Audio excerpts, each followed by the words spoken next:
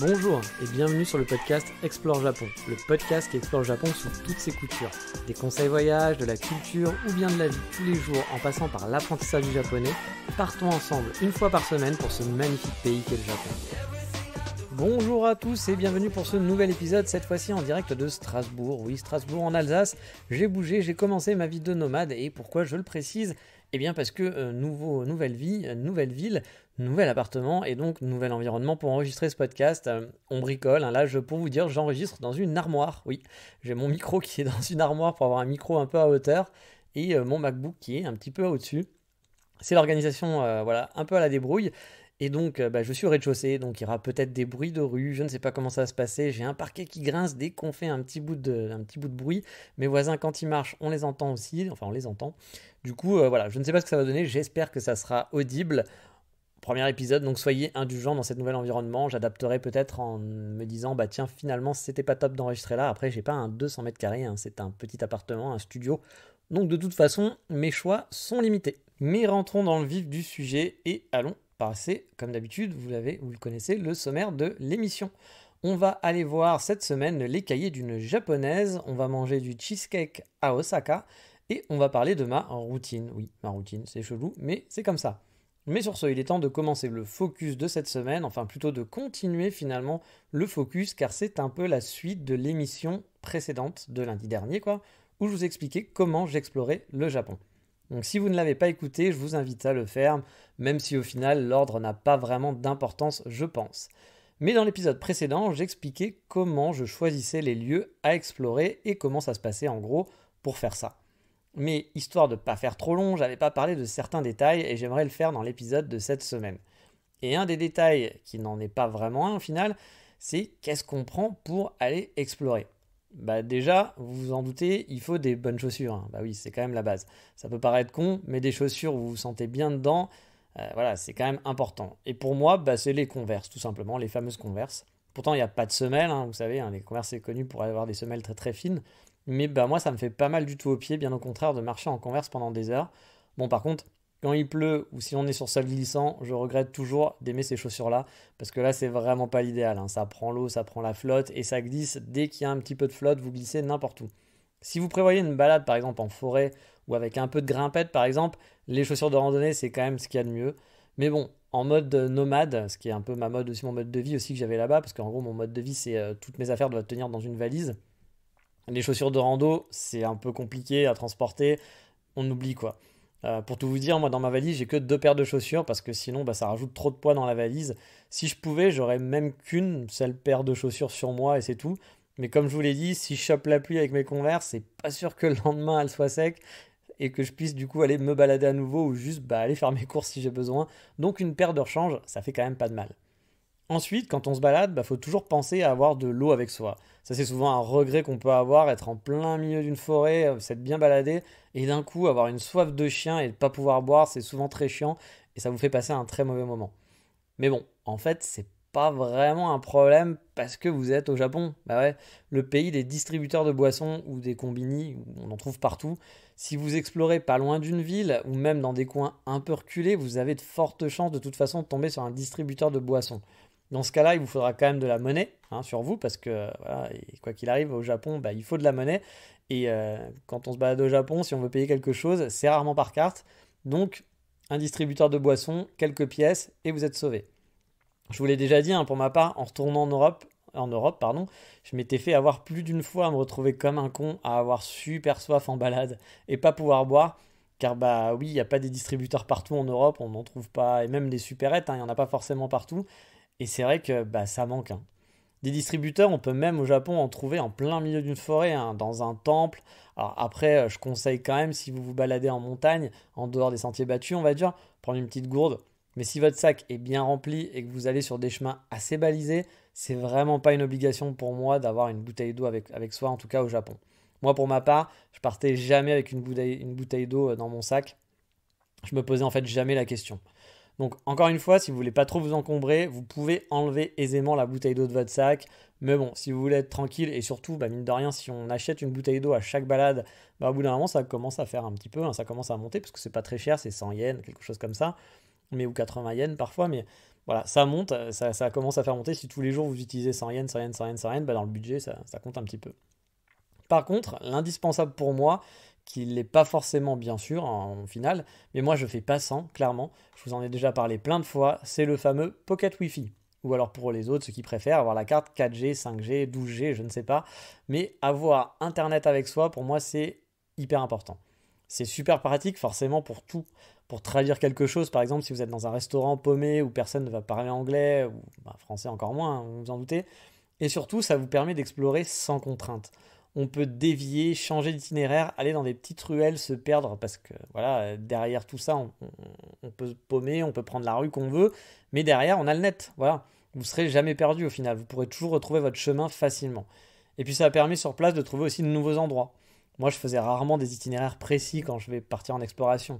Je vous l'expliquais, j'avais souvent un point A de départ et un point B d'arrivée. Et ensuite, bah, soit j'y vais à l'aveugle, soit parfois quand le trajet finalement était pas top et que je me dis bon, ou alors je l'ai fait un peu trop rapidement à mon goût, que j'ai un peu trop vu rapidement au bout de 2 heures alors que j'étais censé rester toute la journée, bah, je regarde sur Google Maps, voilà, en direct, s'il n'y a pas des lieux à explorer plus loin, je regarde les photos, je clique un peu à droite à gauche, j'agrandis, je regarde les petites rivières, je regarde les temples, enfin ce que je fais la veille aussi. Mais ça me permet bah, du coup d'adapter ma balade sur le moment. Et plusieurs fois, ça m'a permis justement de trouver des endroits sympas ou alors bah, de me faire une balade qui aurait été voilà, un peu courte à la base si j'avais pas cherché en me disant bah tiens, si je marche encore 2 heures là-bas, il y a un truc un peu sympa, j'ai le temps, allons-y. Bref, pour moi, Google Maps et Internet, ce sont mes compagnons indispensables pour l'exploration. Aussi, un des autres points pour moi, c'est avoir un bon sac. Moi, j'ai un super sac à dos de la marque Peak Design qui est vraiment parfait. Il est super bien conçu, il fait pas mal au dos, il n'est pas encombrant, il est super pratique. Mais je vous le disais, au Japon, moi j'évite des sacs à dos parce que j'aime pas, voilà, je trouve que ça fait un peu touriste et que j'ai pas envie d'être pris pour un touriste. Mais bon, je pense qu'on n'est pas nombreux dans ce cas-là, donc si vous avez un très bon sac à dos, ça fait l'affaire et c'est bien d'en avoir un truc confortable qui vous embête pas toute la journée. Moi j'ai donc un sac bandoulière et j'avoue, je préfère aussi pour la photo d'avoir un sac en bandoulière. J'aime pas les sangles, je trouve ça pas pratique pour faire de la photo, vous savez, les sangles d'appareil photo qu'on met autour du cou, etc. Moi déjà je trouve que ça fait mal au cou et que c'est pas génial. Moi, je tiens toujours mon appareil à la main, sans protection, sans rien pour le retenir, mais bon, j'ai jamais fait tomber. Et j'aime bien marcher avec mon appareil à la main pour pouvoir dégainer facilement. Mais parfois, j'ai pas envie, voilà, de l'avoir avec moi, ou ça me saoule, voilà, de le porter. Et du coup, un sac en bandoulière, c'est parfait parce qu'on peut le ranger et le sortir rapidement. Et ça, c'est hyper important pour moi de pouvoir le sortir et le ranger rapidement sans que ça soit relou en fait. Qu'il faille poser le sac par terre, soulever un compartiment ou je ne sais quoi, que ça prenne un peu de temps. Car parfois j'ai besoin de sortir l'appareil photo pardon, très rapidement sur le moment quoi, pour prendre bah, un instant un peu volé. Et il faut donc que ça soit pratique et que ça soit robuste et aussi bah, confortable sur l'épaule. Parce que quand on marche pendant 5 heures, c'est quand même cool de ne pas avoir un truc qui vous nique l'épaule ou qui va vous faire mal au dos à la fin de la journée. Donc le choix du sac, c'est quand même super important.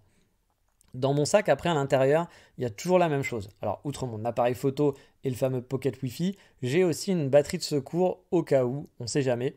Parce que si le Pocket Wi-Fi lâche, qu'il n'y a plus de batterie, ou si j'ai utilisé un peu trop souvent mon portable pour faire des photos, ce qui arrive, hein, mon téléphone portable tient assez bien la journée, mais si je l'utilise un peu, voilà, je envoie des messages audio à des potes et qu'en même temps je fais des photos toute la journée, bah il y a des chances qu'ils ne tiennent pas toute la journée justement. Et c'est un peu bête parce que parfois, bah, justement, pour retrouver son chemin hein, ou pour autre, c'est quand même bien d'avoir une batterie de recharge pour les grosses journées d'exploration. Honnêtement, j'utilise quasiment à chaque fois cette batterie de secours dès que je fais des grosses journées d'exploration. J'ai aussi toujours une carte SD et une ou deux batteries de secours pour mon appareil photo, car ça m'est déjà arrivé d'avoir oublié de recharger les batteries ou aussi par exemple de ne pas avoir de carte SD DRAB et j'avais complètement oublié qu'elle était pleine. Et puis bah là, bah, vous êtes vraiment emmerdé car bah, plus de photos, quoi, c'est fini. Ou alors il faut choisir de supprimer des photos, mais bon, souvent c'est un peu compliqué, ça fait mal au cœur. Donc c'est un peu la fin du monde pour moi quand j'arrive et que je commence à me dire putain c'est super cool, je vais pouvoir faire des photos et que bah, en fait ma carte SD est pleine et que j'avais pas pensé à prendre ma carte SD de rechange. Donc c'est pour ça que j'ai toujours normalement avec moi et je vérifie toujours d'avoir une carte SD de rechange et deux batteries de secours au cas où. Après ça dépend de votre appareil photo s'il tient bien la route et haute. Mais même s'il tient bien la route, toujours bien d'avoir une batterie de secours parce que peut-être que vous allez avoir oublié de charger votre batterie, etc. Donc voilà, pour moi c'est quelque chose d'important. Et forcément, tout ce matos, bah, on n'oublie pas la veille de le recharger, hein, parce que comme je vous le disais, ça peut être con si vous n'avez pas rechargé votre appareil photo, vous n'avez pas rechargé votre batterie de secours, vous n'avez pas rechargé votre pocket Wi-Fi. Bon, c'est débile, hein, je me doute que vous en doutez, mais ça fait toujours pas de mal de le rappeler. parce que bah voilà, ça serait un peu bête et ça niquerait un petit peu votre exploration du jour. Et dans mon sac, j'ai toujours un autre sac. Bah oui, c'est un peu con vu comme ça. Mais en gros, vu que mon sac photo est souvent déjà bien rempli, bah j'ai toujours un tote bag au cas où si je dois faire quelques achats ou si bah voilà, j'ai des détritus que j'ai mangé, voilà, je me suis fait une pause, j'ai mangé quelque part et que je me retrouve avec des petits détritus parce que bah, les poubelles au Japon, bah il n'y en a pas, voilà, ou vraiment très peu. Donc si vous achetez à bouffer ou vous faites une petite pause, voilà, avec vous achetez un peu de gâteau et qu'on vous a mis une petite boîte, etc. Bah, si vous avez un joli sac, comme moi mon sac photo c'est un joli sac, voilà, il est cool, bah, vous n'avez pas forcément envie d'avoir plein de résidus ou des trucs de sauce qui vont peut-être baigner dedans et qui vont vous saloper l'intérieur. Du coup j'ai toujours un tote bag, ça m'a sauvé la vie plein de fois. Et bien sûr, vous vous en doutez, on ne jette pas ces détritus dans la nature, hein. Ça c'est interdit, forbidden, on ne fait pas, damé. Voilà. Même si c'est encombrant, parce que oui, parfois on va devoir se taper toute la journée les détritus à la main, parce qu'on ne trouve pas de poubelle. Donc c'est vrai que ça peut être très très chiant de se dire, ah, bah, toute la journée je suis obligé de me taper ce petit sac. Mais bon, c'est le Japon, il n'y a pas que des avantages. Alors une astuce, parfois aussi on peut jeter un peu en loose day, un peu en cachette dans les combini, ces détritus qui ont des poubelles. Voilà, les combini ont souvent des poubelles, même si normalement c'est des poubelles pour les utilisateurs du combini, c'est pas pour que vous puissiez jeter vos affaires, etc. et les trucs que vous avez achetés à droite à gauche. Mais bon, c'est vrai que garder ça toute la journée, avoir son gobelet en plastique ou je ne sais quoi, c'est quand même pas top, c'est pas pratique. Voilà, donc si vous trouvez un combini, vous pouvez un petit peu en loose day jeter vos affaires. Mais surtout, on ne jette pas dans la nature, hein, je le répète, mais je pense que vous en doutez, on ne fait pas ça. Un truc que je conseille, même si je ne le fais pas, voilà, mais je peux quand même vous le conseiller, c'est d'avoir un petit nécessaire en cas de coup dur. C'est-à-dire voilà, des pansements, un petit désinfectant, des petites choses comme ça fait jamais de mal, on ne sait jamais ce qui peut vous arriver. Mais j'avoue, voilà, j'applique pas du tout cette règle, alors que je pense que je devrais le faire. J'en ai jamais eu besoin, pour preuve, hein, sinon je le ferais, je pense maintenant. Mais peut-être qu'un jour je regretterais de ne pas avoir un pansement, de ne pas avoir un petit truc pour me soigner. Ça prend pas tant de place que ça si vous prenez le strict minimum, on va dire, de la trousse de secours dans un sac. Bon après, si vous êtes en mode exploration dans une ville, a priori, il n'y en aurait pas vraiment besoin. On va dire que c'est plus pour l'exploration quand vous partez un peu en forêt, en montagne ou autre région un petit peu reculée.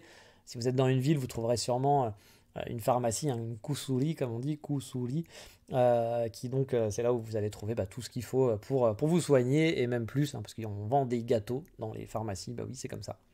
On peut se soigner avec des gâteaux, hein, pourquoi pas. Et dans mon sac, quand j'explore, il y a un autre truc important, c'est la fameuse carte de transport, bah oui, parce que vous allez bouger. La Suica, la Passmo, etc., il y en a plein, mais elles marchent en gros toutes de la même façon. Alors si vous avez un JR Pass, bon bah forcément prenez le JR Pass aussi avec vous, hein, mais une carte de transport c'est toujours utile. Si on doit prendre une compagnie qui n'est pas JR par exemple, ou bien quand on habite sur place, on n'a pas le droit au JR Pass. Puis en plus, c'est pas forcément donné le JR Pass, c'est bien si vous faites des gros trajets, mais si vous faites de l'exploration, vous êtes à Kyoto et que vous explorez la banlieue de Kyoto, un JR Pass ça va pas être du tout rentabilisé. Et donc la carte de transport, c'est le sésame pour circuler facilement au final. Je vous donnerai là aussi un conseil que j'applique pas du tout. Bah oui, je suis comme ça, je ne suis pas le bon exemple. Et je dois être un des rares même à faire ça, je pense.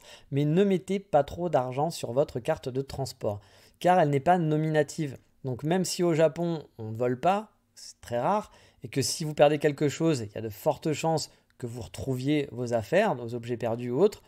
Le problème d'une carte de transport, qui n'est pas nominative, c'est que tout le monde a la même et que tout le monde n'a pas de nom dessus. Alors je sais qu'il y a aussi des cartes de transport qui sont nominatives pour des Japonais qui font des trajets spécifiques, etc.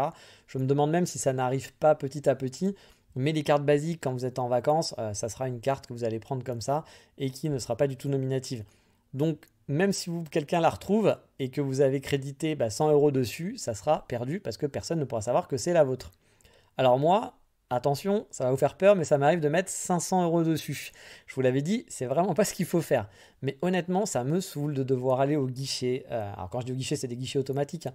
Ajouter à chaque trajet, ou régulièrement, on va dire, que chaque semaine, je dois passer au guichet pour ajouter de l'argent.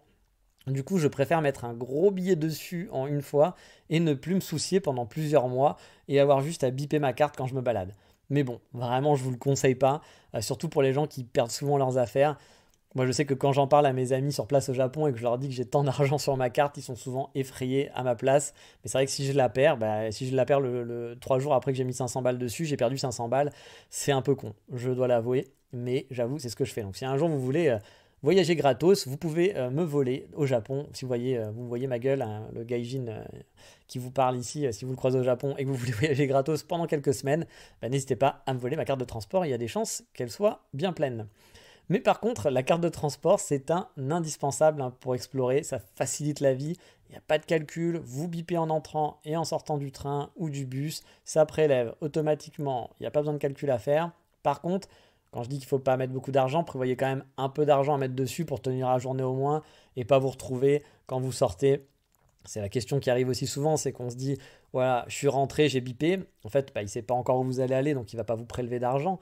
Et c'est à la sortie qu'il va vous prélever la somme que vous devez. Et si vous n'avez pas assez d'argent, j'ai déjà vu des gens qui étaient là en panique en disant, mais comment je vais faire? Il faut savoir qu'à la sortie, avant de sortir, en fait, avant les portiques, il y a toujours une petite machine qui permet de recharger cette carte et de payer. Attention, parce que souvent ces machines-là, il faut les recharger avec du liquide et pas avec une carte bleue ou autre. Donc ayez toujours du liquide sur vous, ça c'est important au Japon, d'avoir toujours un peu de liquide sur soi pour pouvoir gérer ça. Mais voilà, il n'y a pas de problème, vous pouvez le faire. Après, c'est vrai que c'est toujours emmerdant quand on passe sa carte et qu'on se dit ah, il n'y a pas d'argent, on doit retourner en arrière, on doit aller payer. Bon, c'est pas très pratique, pour ça que moi j'aime bien avoir quand même assez d'argent pour au moins. Enfin, je vous conseille d'avoir au moins assez d'argent le matin, de mettre assez d'argent pour tenir à peu près la journée ou quelques jours. Dans mon sac aussi, je regarde voilà, la météo avant, bien sûr. Hein. Donc, je ne regarde pas la météo dans mon sac, mais je regarde la météo sur Internet, vous l'avez compris. Mais si je vois des risques de pluie, je prends toujours un mini parapluie. Alors ça aussi, c'est pas une obligation, pardon, parce qu'au Japon, dans les combini, si vous êtes déjà allé ou si vous n'y êtes pas allé, vous le verrez très rapidement, dès qu'il pleut, on a les parapluies qui sont de sortie. Dès qu'il y a 3 gouttes qui sortent, ils nous sortent les parapluies, ils les mettent bien en avant. On peut acheter des parapluies. Il y a même des tailles de parapluies, c'est-à-dire des très grands, des moyens, etc. Et en plus, ils sont très reconnaissables. C'est des grands parapluies transparents qui sont blancs, qui sont un peu la marque fabrique des parapluies japonais. Ça a un côté sympa, ça peut faire des photos sympas, ça fait très souvenir quand vous êtes au Japon. Voilà, ça fait partie des souvenirs du Japon quand vous allez en vacances là-bas. Et du coup, ça a un côté pratique parce que si la pluie vous tombe dessus d'un coup, il suffit juste de trouver un combini et le tour est joué, vous trouverez un parapluie. Mais bon, à la longue, c'est pas très rentable sur le long terme. Vous allez vous retrouver en plus souvent dans ces cas-là avec 4-5 parapluies parce que vous n'allez pas vous balader tous les jours avec ce gros parapluie parce que c'est un gros parapluie qui n'est pas pliable. Donc au final, vous allez laisser chez vous une fois que vous l'aurez utilisé et vous allez en racheter la fois d'après quand il va pleuvoir. Donc chez vous, vous allez retrouver avec 4, 5, 6 parapluies à force qui vont vous encombrer. C'est pas forcément donné non plus. En acheter une fois, c'est pas très cher, mais si vous en achetez régulièrement quand il pleut, ça fait un petit budget. Donc voilà, c'est joli, c'est sympa d'en acheter une fois, mais niveau praticité, on va dire, c'est pas ça. C'est pour moi que je suis allé dans un Tokyo Hands, qui est une grande chaîne magasin au Japon, où on trouve un peu de tout, acheter un tout petit parapluie qui est très léger et qui se casse facilement dans un sac, qui est pliable et qui prend vraiment pas beaucoup de place. Alors c'est clair que vu qu'il est léger et qu'il est tout petit, en cas de bourrasque, c'est clairement pas le parapluie le plus solide du monde. Mais il a un vrai côté pratique et en plus on est au Japon, du coup vous vous en doutez, il est hyper kawaii. Bah oui, il est vert avec des petites baleines blanches super bien dessinées qui sont super cute. J'en ai acheté un le premier jour de ma vie étudiant au Japon. Je l'ai pété en Écosse, en rentrant en Écosse. Voilà, forcément en Écosse c'est pas la même ambiance du coup quand il y a du gros vent. Alors, vous me direz il y a les typhons au Japon aussi, mais bon, en cas de typhon, sortez pas le parapluie, ça servira pas à grand chose, hein, vous vous en doutez. Mais du coup, voilà, mon petit parapluie qui était hyper mignon, il a pris cher en Écosse, il s'est vite pété là-bas. Et quand je suis revenu au Japon, j'ai pu racheter exactement le même. J'étais super content parce que je le trouvais mignon. Je ne pensais pas pouvoir retrouver exactement le même, mais il était encore là. Donc je peux le ranger discrètement dans mon sac. Il m'accompagne toujours, même en France. À Strasbourg, il est dans mon petit sac photo. Il prend pas beaucoup de place et c'est super. Et ça, c'est un conseil d'avoir toujours ce petit parapluie avec vous. Ou alors, si vous êtes plus kawaii, prenez un petit kawaii ou je ne sais quoi. Mais voilà, parce que c'est toujours pratique d'avoir un petit truc pour se protéger de la pluie et qu'on pouvoir continuer sa balade en fait, de ne pas être bloqué du coup à cause de ça. Bon, après le sac, il y a autre chose qu'il faut préparer bien sûr un peu en amont, c'est le trajet. On a parlé de la carte de transport, il faut préparer un petit peu son trajet. Pour ça, j'en avais déjà parlé dans d'autres podcasts, mais je vais faire un petit rappel. Il y a Google Maps bien sûr et le site Hyperdia. C'est les grands classiques pour regarder comment aller d'un point A à un point B, quel est le meilleur train, etc. Est-ce qu'il faut prendre un train JR? Ah ben j'ai pas de JR pas, je préférais ne pas prendre de train JR. Hyperdia, c'est hyper pratique pour ça. Moi, j'utilise les deux, Hyperdia et Google Maps, parce que parfois, ils ne vont pas donner le même itinéraire. Il ne faut pas suivre aveuglement en fait, l'itinéraire proposé par l'un ou l'autre, parce que parfois aussi, si vous allez marcher 10 minutes, voilà, vous allez pouvoir choper en fait un autre train qui sera direct, alors que celui qui est juste à côté de chez vous et que du coup Google Maps va vous proposer par exemple, va vous faire 3 changements pour le même trajet au final, alors qu'en marchant 10 minutes, il y a la petite balade. Et puis bah voilà, vous aurez un train direct. À l'arrivée, c'est pareil, ça m'arrive parfois de me dire que pour éviter un changement, bah, je vais sortir finalement 3 stations avant, et ça fait justement un peu partie de l'exploration. On va marcher jusqu'à son point de départ, le café que j'aurais choisi par exemple, et du coup je vais découvrir sur ce petit, voilà, ces 3 stations où je vais marcher peut-être pendant 10 minutes, 15 minutes, 30 minutes, je vais découvrir d'autres choses qui n'étaient pas prévues, et ça évite de faire des changements de train. Le train, bon, c'est sympa, mais c'est pas toujours le truc le plus fun du monde non plus. Donc c'est un conseil que je vous donne. Ne suivez pas à la lettre ce que va vous dire Google Maps par exemple. Regardez aussi un peu, prenez Google Maps pour vous aider à savoir quel va être le trajet, mais regardez en disant, ah bah tiens, peut-être que si je m'arrête là, est-ce que le trajet, il y a un train qui a l'air plus proche ici, la ligne elle va où? Prendre un petit peu de temps toujours un peu pour préparer son exploration, ça fait pas de mal et ça peut vous faire découvrir de nouvelles choses et passer encore de meilleurs moments. Mais bon, je me rends compte qu'encore une fois, c'est encore un peu long, je vais donc m'arrêter là pour aujourd'hui, mais de toute façon, niveau exploration, je pense qu'on a fait quand même un peu le tour. Je vous conseille en tout cas vraiment, si vous avez le temps bien sûr, de sortir des sentiers battus, des trucs que vous avez vus sur internet en gros, ou dans un guide touristique basique, le Lonely Planet, etc. Et de choisir un coin un peu hasard, pas vraiment, mais regardez, cliquez sur Google Maps, ciblez les endroits qui peuvent vous plaire, les lacs, les forêts, les montagnes ou les centres-villes si vous préférez les centres-villes. Regardez quelques photos et essayez un petit peu de vous perdre parce que ça fait souvent de très bons souvenirs de voyage. Et voilà, pour moi, l'exploration, c'est ce qu'il y a de plus sympa en voyage, même si, je le redis, il faut faire les basiques, parce que les basiques, c'est souvent très très beau, c'est souvent très très waouh. Parfois, il y a beaucoup de touristes, donc c'est moins agréable. Parfois, il n'y en a pas tant que ça, et du coup, c'est très agréable. Mais les petits coins perdus, ça a son charme aussi. Au Japon, je vous invite vraiment à découvrir ces petits coins perdus. Et les souvenirs, on en fait quoi après au final de tous ces souvenirs? On peut les consigner dans un cahier. Et oui, et pourquoi pas dans le cahier de Marie, et ça, on va en parler dans l'Insta Moment.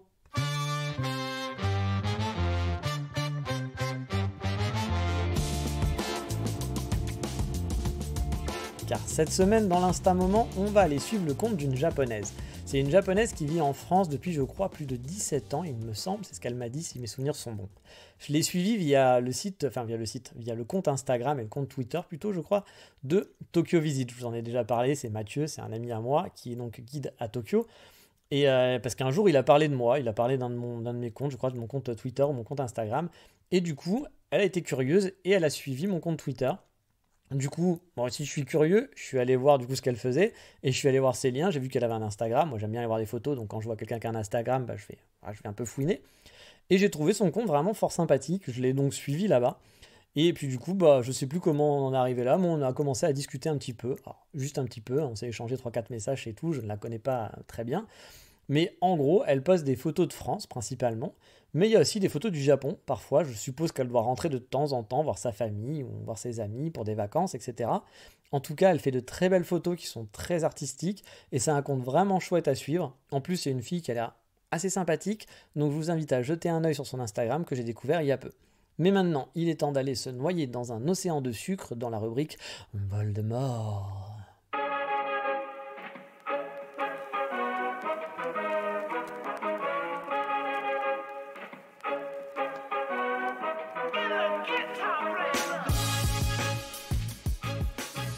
Car après Marie, on va aller chez Pablo. Alors oui, tout ça, ça fait pas très japonais, même si Marie est un prénom qui est quand même très utilisé au Japon.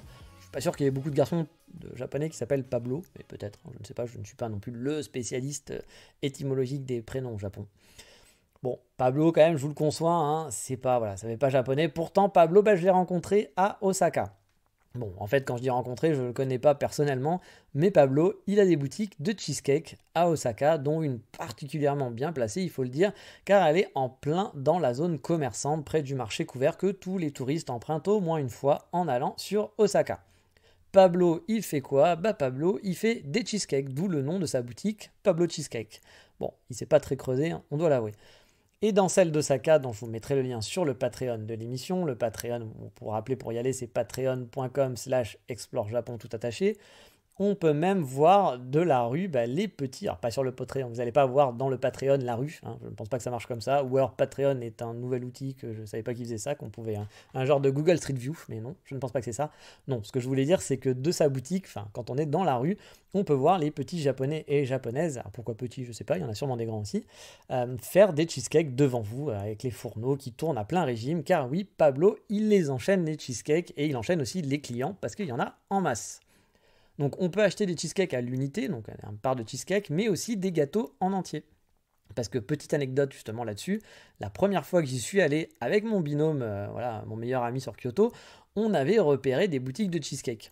Parce que voilà, je lui avais fait découvrir les fameux gâteaux au fromage, comme on dit chez nous, et il connaissait pas les cheesecakes, et il est devenu totalement accro. Mais vraiment, hein, genre quand on allait au restaurant, il en prenait 3 en dessert, c'était un peu n'importe quoi. On avait donc fait une expédition, il m'avait dit ouais, je kiffe les cheesecakes, merci, faudrait qu'on trouve des boutiques de cheesecake maintenant, hein, parce que voilà, il était devenu vraiment accro, et il m'a dit trouve-moi des boutiques de cheesecake. Je fais ok, on va chercher ça. J'aime bien faire des recherches, j'aime bien explorer, donc voilà, on n'a pas hésité à m'emmerder avec ça. Donc j'ai fait ok, on va trouver une boutique de cheesecake. Et donc j'ai fait la recherche du meilleur cheesecake à Osaka, et on a fait plusieurs boutiques, et à un moment donné on est arrivé dans la sienne, et on s'est dit qu'on allait prendre une part chacun, voilà, pour goûter. On commande, normal, il n'y avait pas grand monde, en plus il n'y avait pas la queue, donc pas de pression, mais voilà, on n'a pas eu le temps de trop regarder, quand on est arrivé c'était genre en commande direct, quoi. Et on n'a pas fait vraiment attention au prix du coup, ni aux étiquettes. Et on a pris, voilà, on pensait prendre chacun une part de gâteau, sauf qu'on s'est retrouvé chacun avec un cheesecake entier, voilà, un gâteau entier. On s'est retrouvé un peu con, vraiment sur le moment, à devoir manger un cheesecake entier, surtout qu'on n'avait pas de couvert. Et donc on était en plein dans Osaka, on s'était installé dans un petit parc de centre commercial, parce qu'Osaka, il n'y a pas beaucoup de parcs pour se poser. Ça, c'est un peu le truc que j'aime pas trop à Osaka, c'est que contrairement à plein d'autres villes, c'est très bétonné et il n'y a pas beaucoup d'endroits pour se poser, contrairement à Tokyo par exemple. Mais on avait réussi à aller dans un centre commercial qui est un peu spécial, je vous en parlerai, je pense que je vous en ai déjà parlé de ce centre commercial qui s'appelle Namba Parks. Et on s'était posé là et sans couvert, on a dû du coup essayer de couper le cheesecake, le gâteau, parce que c'était un gâteau entier qui n'était pas coupé, et manger ça. C'était pas simple, hein, je dois vous l'avouer. On s'est retrouvés comme des cons. On a bien sûr pas pu le finir, hein, parce que c'était too much d'avoir un gâteau chacun. Ça faisait vraiment trop, même s'ils sont pas très très grands, hein, c'est quand même une taille on va dire un peu japonaise, mais bon, ça faisait quand même too much. On s'est donc trimballé avec nos cheesecakes, le reste de nos cheesecakes toute la journée dans Osaka pour les manger le soir à la maison. Donc c'était une petite anecdote marrante pour nous, où on s'est retrouvé un petit peu con. Après, est-ce qu'ils sont bons ces cheesecakes? Honnêtement, c'est pas les meilleurs cheesecakes du monde. Vraiment, j'en ai déjà mangé des largement meilleurs dans d'autres endroits. Mais si vous cherchez un cheesecake, voilà, à peu près basique et pas mauvais, franchement, il fait le boulot. Après, attention, hein, si vous cherchez un cheesecake basque, la spécialité non pas basque, peut-être, mais j'ai pas jamais vu de cheesecake basque là-bas, mais au Japon, on appelle ça le cheesecake basque, qui est plus un... Alors, je sais même pas comment trop le... C'est une genre de tarte au cheesecake, c'est un peu compliqué à décrire. C'est pas vraiment un cheesecake, mais c'est pas vraiment non plus un gâteau ou une tarte. Enfin, c'est un mélange des deux. Il y a aussi le cheesecake à la japonaise qui est plus soufflé, plus aérien, moins crémeux, on va dire, qui est pas vraiment voilà le cheesecake que nous on va connaître, que vous allez manger dans une boulangerie lambda. Là, chez Pablo, on est dans le cheesecake, on va dire typique, le cheesecake new-yorkais, voilà, le cheesecake qu'on trouve un peu partout. Mais il y en a, voilà, pour tous les goûts. Moi, par exemple, il y avait un coulis de fraises par-dessus le mien, qui était vraiment pas mauvais, honnêtement. Il y a donc différents parfums, avec le classique aussi, hein, le classique de chez Classique, un cheesecake goût cheesecake, voilà. Bref, si vous avez envie de cheesecake, Bablo Cheesecake, il a plusieurs boutiques sur Osaka. Vous pouvez même en trouver parfois dans des supermarchés, j'en ai déjà vu à Kyoto. Ça fait le job. Pour un petit plaisir sucré, je recommande. C'est pas le meilleur cheesecake du monde, mais vous vous ferez quand même plaisir à manger là-bas. Mais maintenant, il est temps de parler de solitude.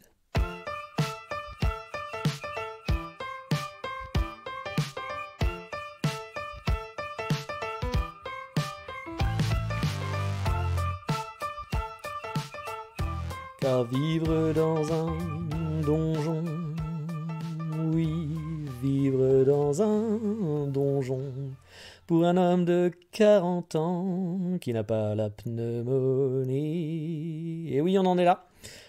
Mais on va pas parler de nom de donjon, car je vis au rez-de-chaussée au final, et je sais pas pourquoi je vous ai chanté ça, mais j'avais envie, voilà. En ce moment, je vis tout seul, voilà, vous l'avez compris, j'ai déménagé à Strasbourg, et ça faisait plus de 2 ans que je vivais en colocation. Et j'ai 40 ans, donc bon, vous doutez bien que j'ai vécu tout seul pendant longtemps avant, mais voilà, ça fait 2 ans que la force des choses a fait que je devais vivre en coloc. Alors tout a commencé quand je suis parti du Japon en 2019. Quand j'étais étudiant, j'habitais tout seul dans un super appart qui était chouette. Et je suis allé en Écosse et là-bas, les prix étaient tellement hauts à Édimbourg pour se loger, des prix de Paris en gros, que j'ai dû vivre en coloc. J'avais pas le choix. Ça faisait plus de 10 ans, je crois, que je vivais seul, mais bon, voilà, j'ai dû m'adapter, c'était comme ça. Même des gens qui travaillent à Édimbourg, qui ont 45 ans ou 50 ans, vivent en colocation, tellement ça coûte cher. Et une fois parti d'Écosse, donc je suis retourné au Japon, là aussi j'ai repris une coloc, vu que j'étais dans ce qu'on appelle un short stay, je restais 2 fois 3 mois, enfin 6 mois au final, mais bon, c'était quand même quelque chose de court. J'avais la possibilité d'avoir un appart tout seul, tout petit, mais pas très beau, voilà, un truc un peu vieillot, un peu pourri, on va dire. Et il y avait aussi un autre appart, mais là qui était plutôt une maison même, qui était dispo, mais cette fois en coloc avec une autre personne. C'était une Suédoise qui s'appelle Ida. Je vous ai même fait un podcast sur Ida qui ne sortait pas et que je trouvais ça dommage. Je ne sais pas si vous l'avez écouté celui-là, mais voilà, c'était avec cette jeune fille qui ne sortait pas quand elle habitait au Japon, elle ne sortait jamais, elle restait dans sa chambre. Et cet appart était tout neuf, il était dans le centre, je ne connaissais pas encore Ida, et j'ai dit banco, voilà, j'ai vendu la caravane, c'était super, je me suis dit l'appart est cool, allez, on va plutôt prendre une coloc, c'est pas la fin du monde. Puis revenu en France, j'étais un peu en mode, j'ai pas de logement, voilà. Je suis arrivé en plein confinement, du coup ma soeur m'a hébergé pendant 1 mois environ, et puis après j'ai vécu chez mon meilleur ami pendant 1 an sur Paris. Du coup, ça fait plus de 2 ans que j'habite pas tout seul. Et depuis quelques jours, voilà, ça fait, là j'enregistre, on est quoi? On est, le jour où j'enregistre, on est jeudi, je suis un peu perdu. Je suis arrivé vendredi dernier, donc ça fait presque une semaine maintenant, que j'habite tout seul parce que j'ai commencé ma vie de digital nomade. Je suis dans un Airbnb, donc à Strasbourg, et honnêtement, je reviens un peu. Car même si je remercie, mais alors vraiment, hein, vraiment du fond du cœur, ma sœur et mon pote pour leur générosité, qui m'a vraiment bien aidé à me remettre en cours, de remplir mon compte en banque pendant mon retour, puis mon retour au Japon, vivre tout seul, être à nouveau indépendant, ça fait quand même beaucoup de bien. Des trucs bêtes, hein, mais pouvoir manger à l'heure qu'on veut, ne pas être obligé de mettre sa vie en suspens car on n'est pas chez soi et qu'on s'adapte, hein, tout simplement. Ne pas faire de bruit, ne pas trop déranger, ne pas pouvoir regarder ce qu'on veut quand on veut, écouter de la musique librement sans mettre un casque, parce que moi j'aime pas encore une fois déranger les gens quand je suis chez eux. Voilà, ça fait du bien. Alors bon, dit comme ça fait un peu Cosette, hein. Et encore une fois, je voudrais préciser que j'ai été super bien traité et que j'ai vraiment pas à me plaindre. Mais vivre tout seul, c'est retrouver quand même sa liberté. En plus, je vis dans le centre de Strasbourg, du coup, j'ai tout à portée de main. Par exemple, aujourd'hui, quand j'écris ce podcast, là, c'était mon premier jour de semaine où je devais travailler. Donc, je l'ai écrit lundi, on l'enregistre jeudi. Parce que je travaille un petit peu mes podcasts, hein, c'est pas du live comme ça. Hein, voilà, je prépare un petit peu l'émission. Et moi, du coup, je travaille avec des horaires décalés. Je commence à 15h en gros. J'ai pu quand même aller ce matin, du coup, aller me faire un café qui est à 10 minutes de chez moi avec une petite balade d'une bonne heure, faire des courses, rentrer pour écrire le podcast après, faire quelques petites choses administratives pour mon taf de freelance avant de commencer à bosser. Et là, aujourd'hui, j'enregistre le podcast, c'est exactement pareil. J'ai pu ce matin aller me faire un café, me balader, me poser, profiter un petit peu en étant dans le centre, c'est vraiment agréable. Bref, revivre tout seul, c'est vraiment chouette, j'apprécie vraiment. Et c'est mon petit bonheur finalement du moment parce que je suis vraiment content de revivre tout seul. Mais sur ce, il est temps de vous laisser car justement, je veux être tout seul, je vous l'ai dit. Donc voilà, ça va faire... faut me laisser maintenant, quoi. Laissez-moi tout seul, s'il vous plaît. Bon, je rigole, vous le savez bien. Mais on a déjà fait long, on doit être quasiment à 30 minutes maintenant. Donc je vous dis donc à la semaine prochaine pour un nouvel épisode, comme d'habitude. Et je pense qu'on ira se balader cette fois-ci parce qu'on va arrêter de préparer l'exploration. On va un peu explorer, mais je ne sais pas encore où. Ça sera la surprise. Je vous dis donc à bientôt. Ciao, bye bye, matane.